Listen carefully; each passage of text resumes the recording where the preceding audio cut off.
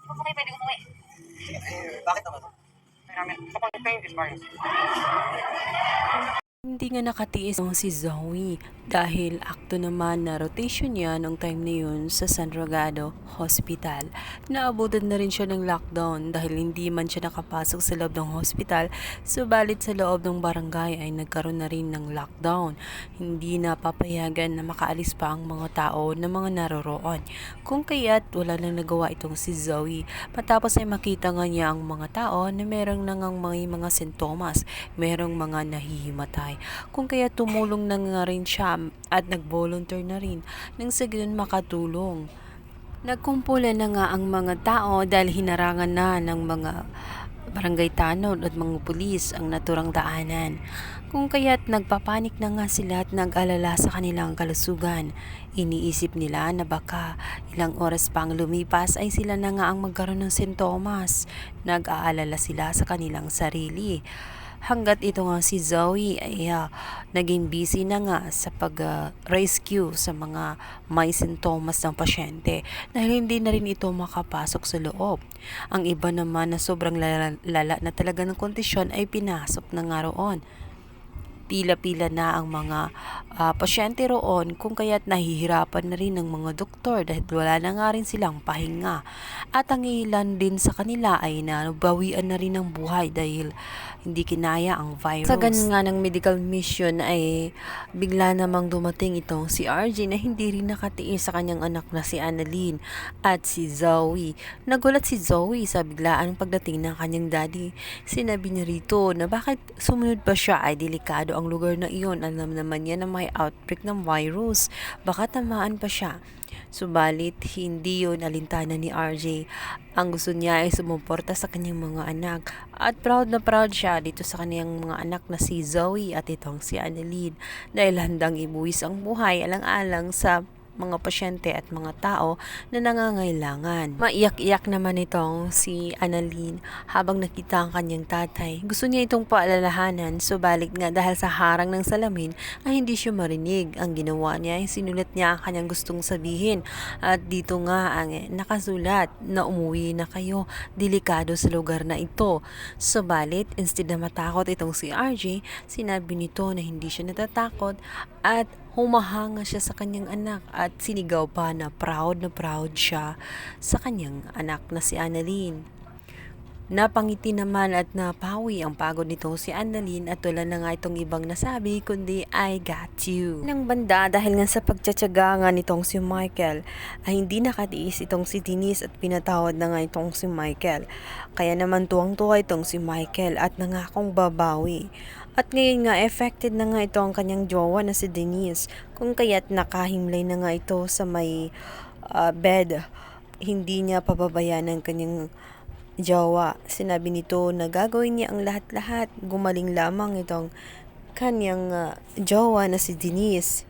Nangako siya na hindi niya ito pababayaan dahil itutuloy pa nila ang kanilang mga naudlot na pag-iibigan at pabawi siya dahil na rin sa nasaktan niya itong babaeng si Denise. Subalit dahil sa kanyang ginawa ay malalagnagay naman siya sa alanganin dahil posible rin siyang kakapitan ng virus. At kalaunan nga ay biglang makakaramdam nga itong si Michael ng pag-uubo. Mahahalata ito ni Denise. Tatanungin siya kung okay lang ba siya. Ngunit dahil sa ayaw mag-alala nga nitong si Michael, sasabihin niya na okay kahit hindi naman talaga. Hanggang sa nag-CR nga siya at dito niya makikita na meron na ngang dugo. Nag-alala siya. Kaya naman napasabi na lang siya na Lord, wag mo na ngayon. Kailangan ko pang mabuhay at kailangan ko pang makabawi sa aking jowa na si Denise. Dahil nga sa pangyayaring yun ay tela naaalala ko bigla ang mga nangyari ng pandemic. Nag-flashback kung saan nagpapanik ang mga tao at nag-aalala sa mga kalusugan at takot na takot ang bawat isa at nagdarasal na lang ang tanging sandata ng makaligtas sa pandemyang iyon. Delikado na nga ang lagay nitong si Michael dahil malala na ang sintomas na kanyang nararamdaman sapagkat meron ng dugos na kasama sa kanyang pag-ubo. Kung kaya't dito nga ay biglang tatanungin nitong si Michael, itong si Doc Annalyn, nakabalot na siya ng PE dahil nga sa sobrang dami na nga na-infected. Kaya napatanong naman itong Michael kung paano umano kung mayroon ng dugo na kasama sa pag-ubo, ano daw ang ibig sabihin noon. Dito nga ay sinabi ni Annalyn na posible na nga dahil natitiyak na kapag may kasama ng dugo sa kanyang pag-ubo, ito na nga ang sinyalis na infected na ang isang tao. Kaya naman kinakabahan na ng gusto itong si Michael dahil daladala na nga niya ang virus.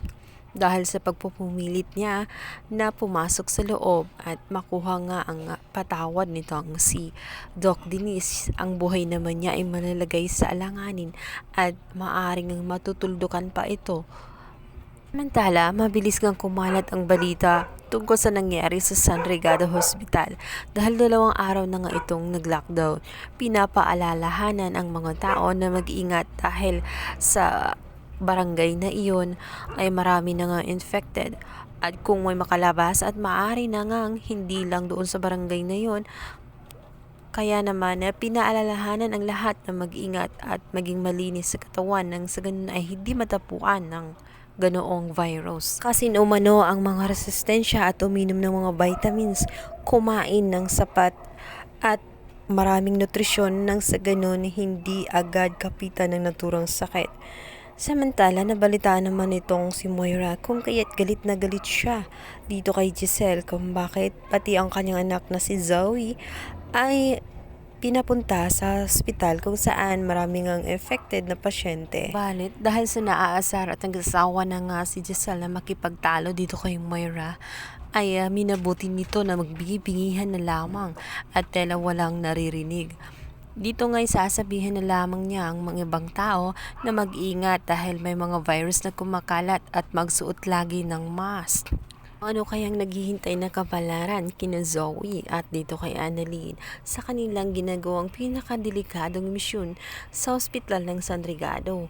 Isang pandemic, hanggang kailan kaya ito matatapos at magagamot kaya nila lahat o mauubusan na sila ng lakas at kailan na darating ang gamot para doon nang sa ganun ma-stop ang virus. Samantala, makakaligtas pa nga kaya itong si Michael gayong nasa kanya na ang virus o tuluyan siyang mamamaalam at hindi na nga niya matutupad ang kanyang pangako dito kay Denise na babawi sa lahat ng mga pagkukulang nito dahil nasaktan niya ng todo itong si Denise dahil na rin sa ginagawa niya noon na sinabi niya na mahal pa niya itong si Lynette, subalit din pala ay hindi pala talaga kundi si Denise talaga. So ayun guys, pakabangan na lang natin ang lalong umiinit na tagpo na abot kamay ng pangarap.